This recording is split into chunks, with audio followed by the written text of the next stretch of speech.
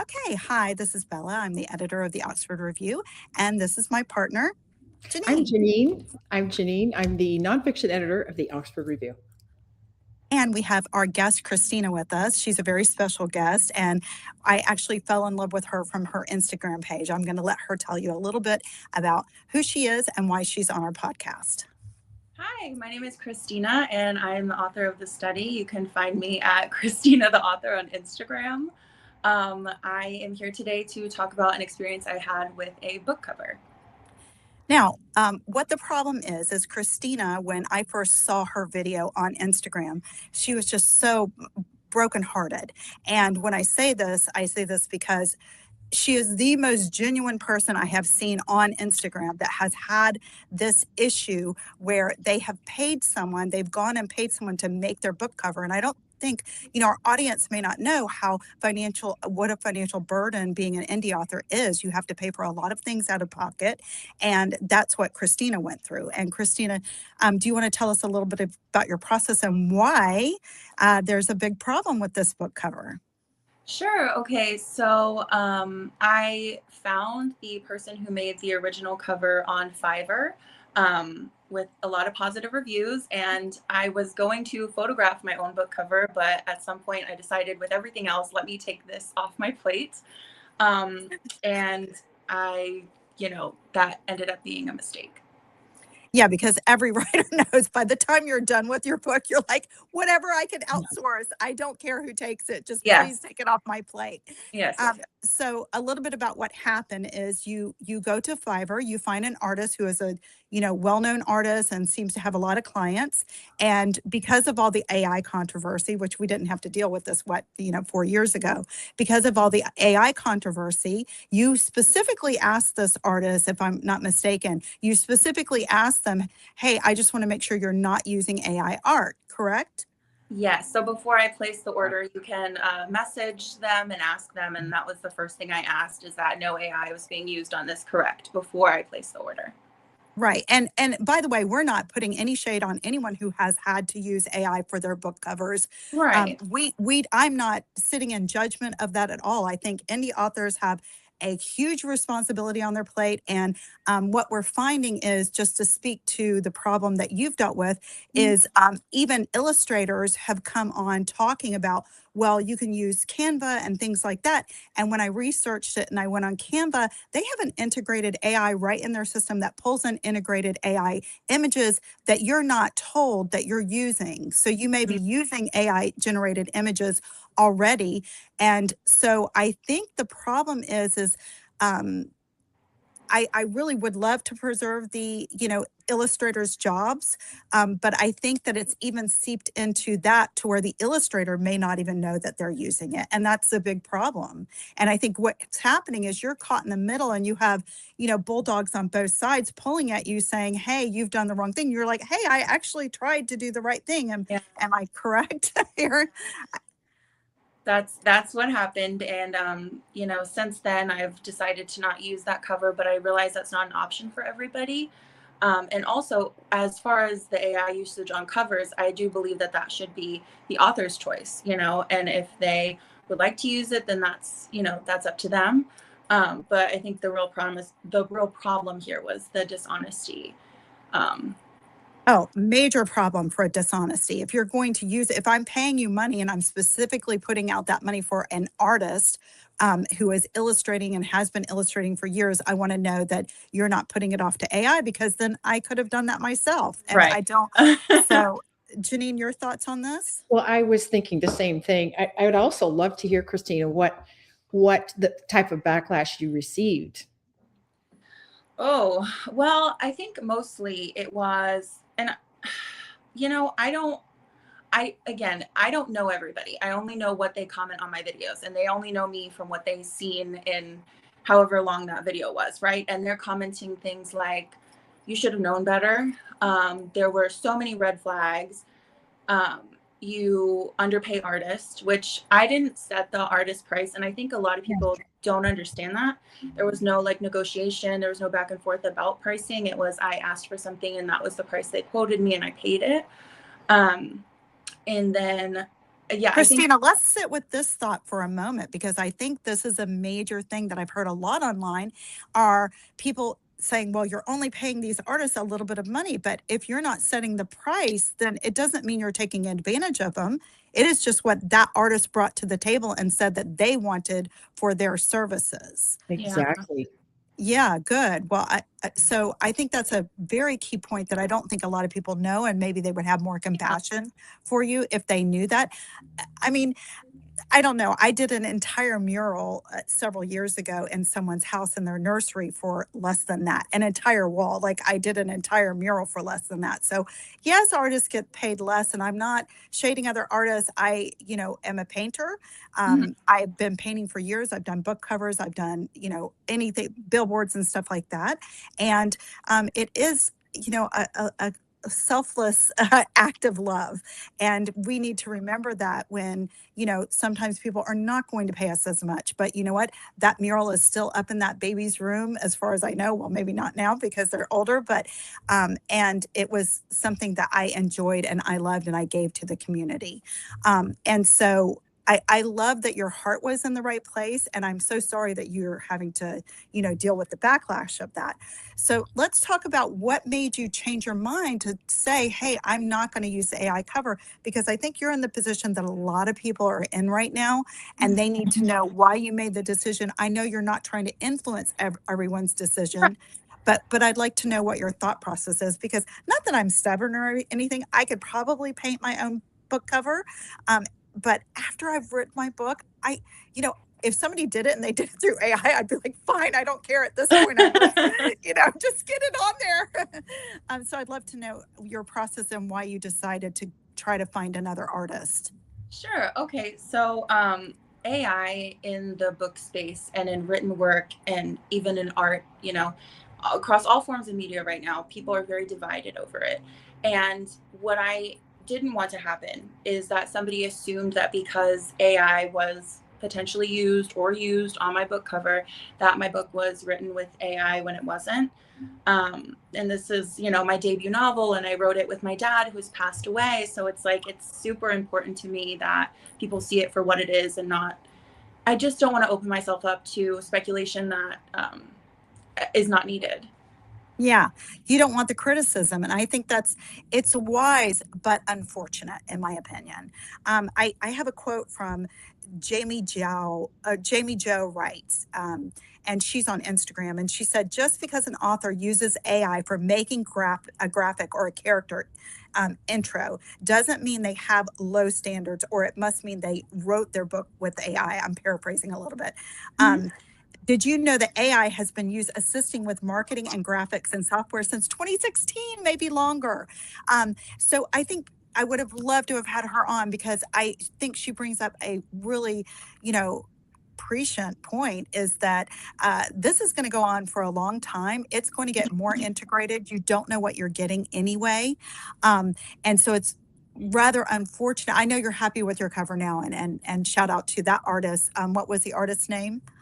So you can find her on at Storm Sparks Art on Instagram, and her name is Annalise. Annalise, yes, Annalise. So, and that's Storm Sparks Art. Mhm. Art. Storm Sparks Art. Lovely. Yes. So it's great that you fell in love with her artwork, and I really, laud you for going through the emotional drama of doing that, especially after this is a book of love. It was written with your father, and this was probably the last thing that you wanted to deal with. I have such empathy for you. I was tearing up when I was watching your video, and I was like, oh, we really Me have to too. interview her, because this is such a heartfelt thing that so many people are going through. Now, what do you think about, is it possible that also just the programs used even for any of this stuff going forward do have some AI in it? And then would you, if the controversy blew over, would you consider doing an AI cover if people start to accept it more? Mm, I wouldn't, but that's for me personally. And like you said earlier, I'm not trying to sway anybody. This is just Yeah. my personal, thing.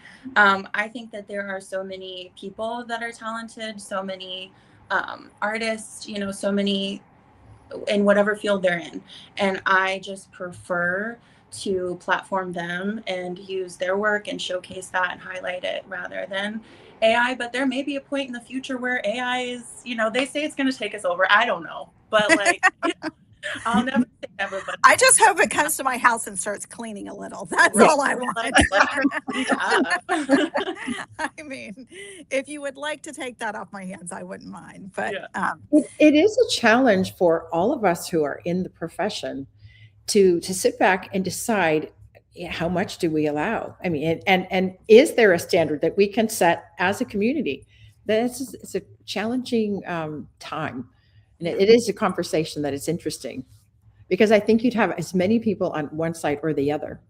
Didn't we have a conversation about this, as integrating AI at some point, like you were talking about the ice maker, Bella, a story a friend of you were talking about what somebody didn't want, or like when the telephone came. I mean, how do we integrate new technology into our lives, and where are the boundaries that we set, and who sets those boundaries? That's conversations we're having now help create those boundaries. I think an important thing also for readers to know is, just because the cover is AI does not mean the inside of the book was. I think everyone at this leg of doing their book is so exhausted, because I think also another thing that people don't realize, you may have edited your book 10 to 20 times all the way through. And we're talking, how many pages is your book? My book is around 300 pages. So it's 300 pages. You had to go back and re-edit and reread those 300 pages. And after a while, you're like, I don't even, Yeah. like, I don't even know Swirling. why this character is doing it. Yeah. And so it's such an exhausting process. Now, when you were making your book, and you were going through the process, I think we've discussed this, a little bit beforehand. You've put out a lot of money even before the cover, and I think that's something that people need to understand, that you're already putting out over $1,000 on just getting it to the races and just getting it to the point where you're working through everything, and that's not even the cost of print. Yeah. Do you know how much it's going to be to go after print? And I'm not, trying to demoralize artists, because I am one myself, and I remember the day when they started doing the illustrating art on their iPads and stuff, and I was like, oh my gosh, I'm never going to be a painter. My mom was like, you're never going to be a painter anyway, so no worries. But and I remember being very worried and feeling the same way that people are feeling about AI right now. I felt about the Illustrator programs that were coming out, because despite these ring lights and lots of Botox, I'm very old. And so we were around before when that did not exist. You didn't have your nice little illustrator who can do your stuff, on the iPad. And all the clip art and stuff like that was kind of the thing when I was doing art back then. So, people were still painting the covers of art books when I was younger. And so I remember feeling, like a little like, ooh, this is a problem. But then I was like, well, I either have to learn the craft and get in the game, or what else is my option? Because much like the Industrial Revolution, you're not putting the genie back in the bottle. And on my Substack, I wrote about this, and how, with the loom, Jacquard's loom, they took him and went and tried to drown him, which is just like a crazy thing, because he made a loom and he really thought, oh, I'm trying to make it easier for my family and other people's families, so they're not, working a loom until 4 o'clock in the morning and then having to get up and start the whole process over again, 4 hours later. So would you say, Bella, that it's fear? That it starts with fear of maybe being pushed out of an industry? I absolutely think it's fear. What is wrong with? Well, I know a lot of people think it's an inferior product, and I'm sure there are inferior products out there. That might be a good argument for that. But I think mostly, Christine, I think you can speak to this. I think most of the comments have also included, like, you're taking this art over, and that has stolen. I think their concern is that AI has stolen art to learn how to paint. But I I don't mean to keep the stage here or be on a soapbox, but I don't know we all know who Picasso is. And most people either like Picasso or at least they admire him or, know him. And he's famous, if not infamous. And a lot of people don't know that Picabio was the first to do the cubism. Picabio worked very closely with Picasso, and Picasso actually stole Picabio's way of painting and stole the entire cubism. As a matter of fact, it is so much alike that you're like, oh, how did he even become famous? Because it was so obvious. And Picabio was doing it for much longer. So I think that, great artists copy, infamous artists steal, right? I know that's not the quote, but I think we already have that going on. And the way artists, painters like myself, how we justify it, because I have repainted some paintings that have been done before and put my little skew on it, is we justify it because we're like, well, we're not stealing, we're just doing a reinterpretation. And so right now we're in the middle line where it's still considered stealing, but that's obviously another conversation and not, not something, but are those the type of comments that you have found yourself dealing with, Christina? There's some of that, yeah, because some people are on the flip side are like, AI steals from artists to make these images. So an artist could have made that. You know what I'm saying? So I do think that is a concern, but I don't think that I think people can tell when something is made with heart and soul and, an artist has made it or an author has wrote it or whatever it may be. People can tell the difference between AI and human content, in my opinion. Sometimes it is hard to tell. Sometimes it blurs the lines. I understand that. But I think you can really feel the difference. At least sometimes you can. Because I was on there asking if that cover was AI at first. I was like, is this AI? I don't know. She says it's not AI. I can't tell. Like, could be, but it was. I mean, I think I don't. And it may not, because Illustrator has a program where, if they've gone back and forth in the thing and she's recording it, it does the same thing on there that you showed us on the video. So that's why I was like, I've used Illustrator before, so I know that it can pop back and forth from your image that you have created or taken away from. So when I saw that, I was like, that could have been Illustrator. I don't know. I mean, it's really hard to tell. And it's like with books now, the unfortunate thing that you're caught in this, it's almost like you're in the middle of a tornado that just popped up in Hawaii where it never would go before, because the weird thing is they're finding, like, it's part of Mark Twain's writing actually is coming up because he was like Mr. Famous M dash, right? On both ends. He loved M dashes. And especially with some of his later books. And those are coming up as AI. So it's so hard. And so for them to expect you to even know, yeah. that's just crazy. And so, and tell us a little bit, I know how you found out, but tell us a little bit about how you found out. And then I want you to tell us the message that you want to give, your heartfelt message to other people who are going through this.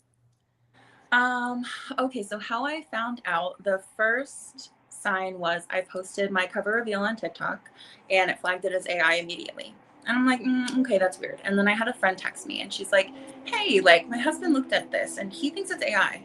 And I'm like, okay. So at that point, your heart starts to beat faster and you're like, what's going on?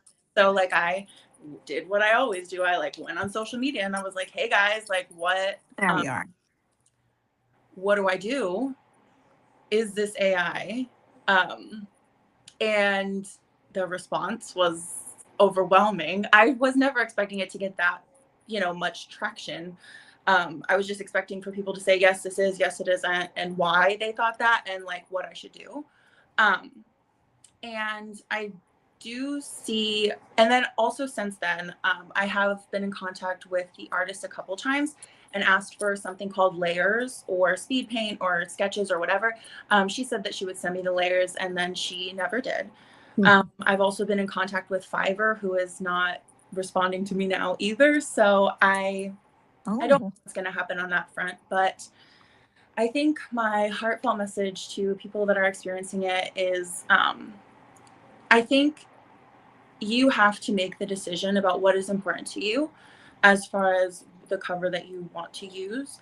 Um, and it is expensive, you know, if you're going to hire an artist use, you know, a lot of their time doing this. And I really respect and appreciate them. And I think just try to stay positive, do photography if you can. And if you can't find like an artist that will help you out, I was very fortunate, so fortunate to have the number of people step forward and offer to help me. But without them, I would never have been able to have the cover that I do. So I really do feel for people who are in my situation and not as fortunate. And I definitely recognize how lucky that I am. I have a question. If it, let's say it is AI generated, and let's say you're all in on that, Mhm. how do you copyright? You know, how does that affect the copyright of your cover? Or, I mean, that's part of it too, right? That how do you copyright AI? From what I've heard in the comment sections, which are my most trusted advisors at this point, because a lot of them like know more than I do. From what I've heard, you cannot copyright AI. So I don't know what would happen if you were Yeah, to use a cover that was AI. I couldn't tell you. I don't yeah, know. yeah. And So since there's another layer of that, right? For Yeah, artists who are working so diligently, and so much time and effort we put in all these late night hours. And I love that you worked with your father on this. That's such a beautiful element to your story, and I hope that you mention that somewhere in your book. absolutely. And my Yeah. thanks to my daddy. Yeah, But yeah, I'm so sorry.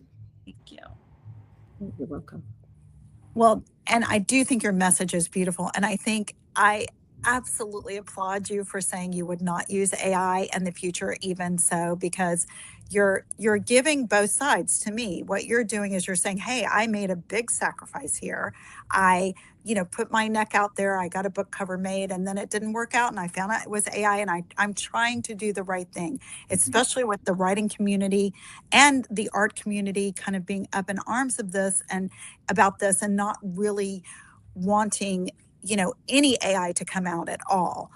Sadly, and I don't know if you know this, is there have been rumors that now that all the big houses that are publishing books now have gotten rid of a lot of their staff so that they can do AI book covers as well. Now, how much of that is true, I don't know, but I have heard it from agents who are talking about it, um, and so it's sad because then if you're going to an agent and you have your book published traditionally, then you're running the risk of people saying this very same thing. And so I just don't think it should lie on the little guy. And I think that was the biggest thing that was compelling to me, and I guess eating at me a little bit when I saw your story, is that I didn't want people to be upset with you because it just seems strange for them to say that you should have known, Yeah. or or the other about not paying the artist. I love that you have a great defense for not paying the artist as much, because that's actually what they requested and that's what you could afford. And I'm sure if you did not find an artist on Fiverr, you would have maybe asked a friend to do it, and or something like that. So or you would have, you don't have money when you're at the end of your book, and it's not like you're expecting 25 hours of painting. But sometimes as painters, we do paint for 25 hours and get very little money. And I'm not saying we should. I'm saying, to me, for art, for me, for writing, for art, most of us write for years and we are not paid for it. Most of us paint for years and we're not paid for it. So you have to love what you do. So if that is the price that she listed, and that's the price that she felt comfortable with her art, then who are we to question her about what costs? And I hope that it ends up being that it was not I really do, because I thought it was a nice cover actually when I saw it. I was We shocked and I was like, conceptualized it together, me and her, and that's why I was like so connected to it. And people were like, I hate this. This looks like a classroom drama. And I'm like, oh, okay. I'm sorry. oh gosh. It's not that. Like, I'm sorry. But I do, looking back, I could see how someone would think it was like a classroom setting, because we do have a chalkboard and we do have like, you know, the posters in the background and the drawer on the floor, as someone pointed out, but it's not a classroom drama. So Well, give us your one-line pitch, because I'm really, I want to buy this book now, because I'm like, I really want to Yeah. support you, because I feel like you've been through the ringer, and I want to make, but I'm also very intrigued, this book that is causing so much, so many waves in this big pool. So yeah.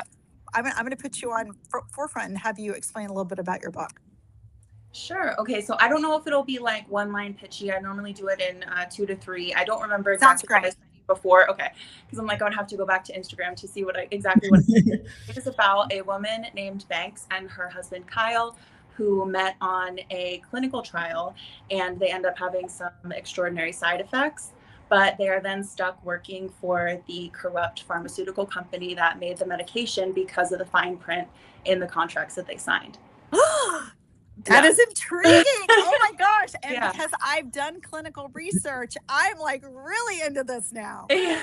Oh my gosh. Wow. Okay. Yes. And so I see. Okay, good. Yeah. Well, it did also look like a romance. So I was like, ooh. Yeah. With heavy romance. So Oh, good. So that it actually sounds fantastic. So where do you go now? So you have your new artwork. yes. Where are you going now from the artwork to what do you do now? Sure. Okay. So my book is coming out August 3rd of this year, which is my father's birthday, and that's why it's coming out on that day. So from here, I still am on my final edit. Like you said, we edit stuff hundreds of times, 10 times, however many times it takes. And I'm on my very last edit right now. And then I am sending out advanced reader copies on the 30th of this month. So I need to get working as soon as we're done here. But that will go out. And then from there, they will give me some feedback and I'll make any necessary changes. And then the book's already been formatted. So I just kind of change it that way. And then from there, I'm going to do my own audiobook, and everything's going to be released on August 3rd, no matter what. Good for you. Let's go. Good. I'm very excited. Now, do you have enough ARC readers? Do you need to advertise for ARC readers? How are you going to do that? Yeah, so I advertised for ARC readers. I was going to keep it super small. I was thinking 20 to 25. So I posted that I needed ARC readers at that time. I think I had 20. I was like, I have 5 spots left. I woke up the next morning, there were like 50 submissions on the form. So I'm like, okay, I got some extra ones. So I think I might just end up sending them all.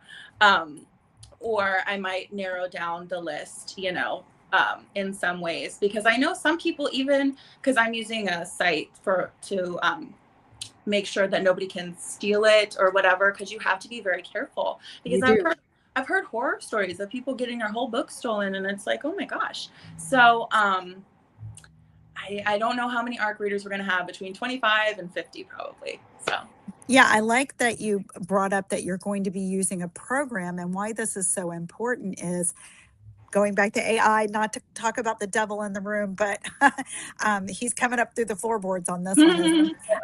So the reason is because people are then taking manuscripts and putting them in AI to help give feedback. And some actual agents and things have been talking about doing this. And then so I know a lot of people are then afraid. Now, I don't think people should be as afraid of the agents putting it into AI, because if they're a large establishment, they're going to be using the AI that doesn't allow sharing or a learning capacity. I'm defending them. I may be wrong, but still, even our readers, Janine and I posted this, or I posted this the other day, is, we've actually had people ask if they could put it through AI. And I'm like, but I want the human to read it. I want you to tell me what your emotional status is on this stuff. And if you're going to do that, no, sorry, because what people don't realize about AI, even if it's not the word that AI is going to take it, AI doesn't get emotion very well. It doesn't get humor. It doesn't get quips. It's still doing, like, to me, it does like quips and humor from 1920.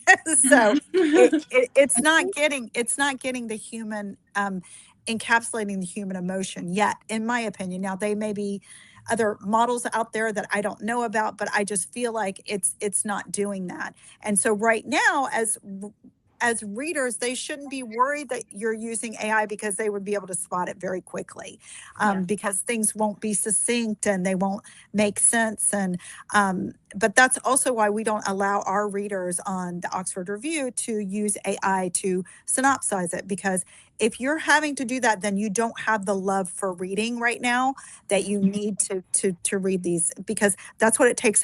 I think I've already done, now I'm up to 200 manuscripts. Oh, So wow. that yeah, because we had a lot of submissions, and I think I have 160 on deck right now. And so as a journal editor, the AI stuff is very scary as well, because people could submit things. And I'm very curious about this story, because I'm like, will I recognize AI art when it comes in? Unfortunately, most of the artists that I'm pulling for the magazine are artists that I've seen create on Instagram, and you see their process. But it's really sad for artists now. Like, the good thing about it is, I'm sure since you worked on it with your dad, you'll probably have documents going back from when he was, still around. Yeah. And when you started, so when did you start your book? So it was in 2024. I wrote the original draft. And so I wrote it, which I'm kind of crazy. So I wrote it in 60 days, because I knew if I went more than that I would be like, oh, I'm over this, because that's just kind of how I am. So I wrote it, and then my dad was reading it, and he was giving me feedback. And then he passed away in August of that year, before it was finished. And so I left it alone, because I just felt totally uninspired. I left it alone for a year, a little over a year. And then last October, I picked it back up again. And I was like, okay, I'm kind of bored with this story. Let's see what would happen 5 years in the future. Like, they're already on this medication, and it's already doing whatever it's going to do. Where are they at in their lives? Instead of writing from when they meet, through that storyline, I kind of changed it a little bit. So, but that was the process. And then I finished it, and I was like, all right, I'm totally happy. I'm totally sold. I'm going to edit this until it's good. And then, and then we're going, we're going to go for it. Wow, that is really awesome. So I imagine your family's really anticipating this date. And give us the date one more time so everybody knows when it's coming out. August 3rd, 2026. So in just a couple months, actually, which is crazy to think about. My mom is, super supportive. And then I have two sons who, they're 13 and 8, so they won't be reading it. Obviously, it's more geared towards adults. But I do think that it is important, as a parent, or anybody that a child is looking up to, for them to see, like, hey, like, if you want to do something, you can do it. Even if it's hard, you can do it. Just go for it with all you got, and keep going and practicing, and you will get there. And now, when will the audio come out then? Will it be at the same time? That is the plan. Well, My tell us. boyfriend says You. but Yeah. that's the plan. Now, have you already used programs to start doing this? Like, what is your process for the audio? So for the audiobook, I found one of those like box mic things on Amazon, and Googled, how do I record a audiobook for Audible? And they said one of the programs that you can use, which I'm familiar with, is called Audacity. And I've been using that since I was, a kid. Me and my brother were always like super creative. So we would like make music on it and whatever. So I feel confident that I'll be able to like record in there and piece it all together. Wow. I'm just applauding you, because I don't. Here we go. Sorry. I have not even thought of that process for my book yet. But I know Janine she's a really great public speaker. She's much better than me. So we were at Harvard together, and when she stood up and read her story, when we had our little get together thing for our week, it was so amazing. I was so moved, and I just knew I had to have her, on with me at the Oxford Review, because it was just so incredible. So I really think the two of you have a talent that I don't think I could have. Plus, I had babies coming in and sitting on my lap and eating pickles or something, crunching.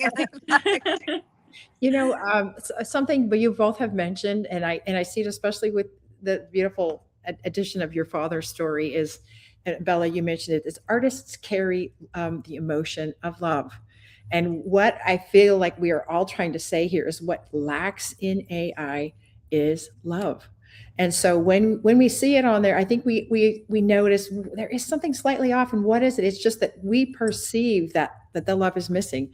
And I think that's that slight difference that maybe we're all yearning for.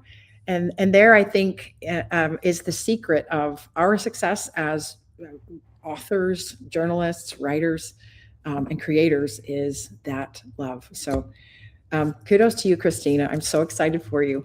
Thank you.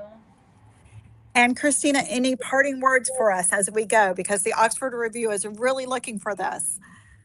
Well, thank you guys for having me. I really appreciate it. I really appreciate all the opportunities that I've received from artists, and just being able to speak about my story and just really connecting with people over this. And yeah, I mean, I'm blown away. Like I genuinely am speechless.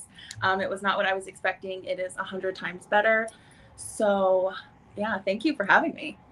Absolutely. Now, is any funny story you can leave us with that you feel like, oh, this was actually something funny came out of this? You're like, it's not been funny at all. And I'm so serious. I'm like, I feel like there are things, but they're just like not coming like to the, forefront, because it was such a negative experience to such a positive experience, and there is some like middle ground. I think if I had to say something that was funny to me, I don't know how funny it would be to other people, but this one person commented on the video and they were like, people want the most extravagant covers for their dime a dozen like books, and my book wasn't even out yet. So to me that was funny, because like, yes, it's like a general statement, but at the same time, like, how do you know if it's good when it's not even published? Like, you can't even find this anywhere. Like, how would you know? And so that was funny to me.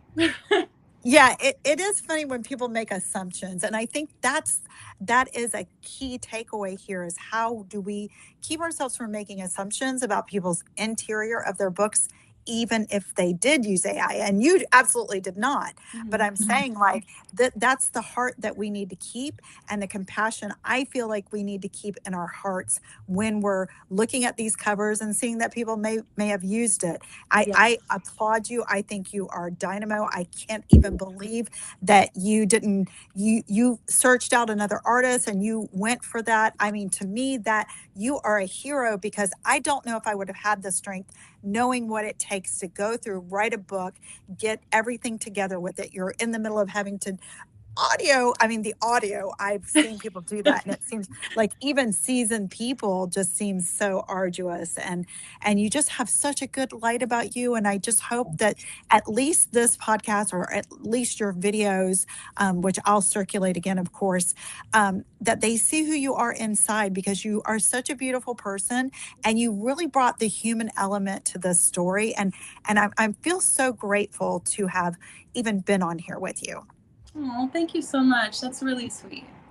For me, what made me feel confident in, changing the art and using a different artist was one of the artists that reached out to me, because you can imagine, there were thousands of people who I'm sure are so talented that I didn't get a chance to speak to, because I'm one person, and I still work a regular job.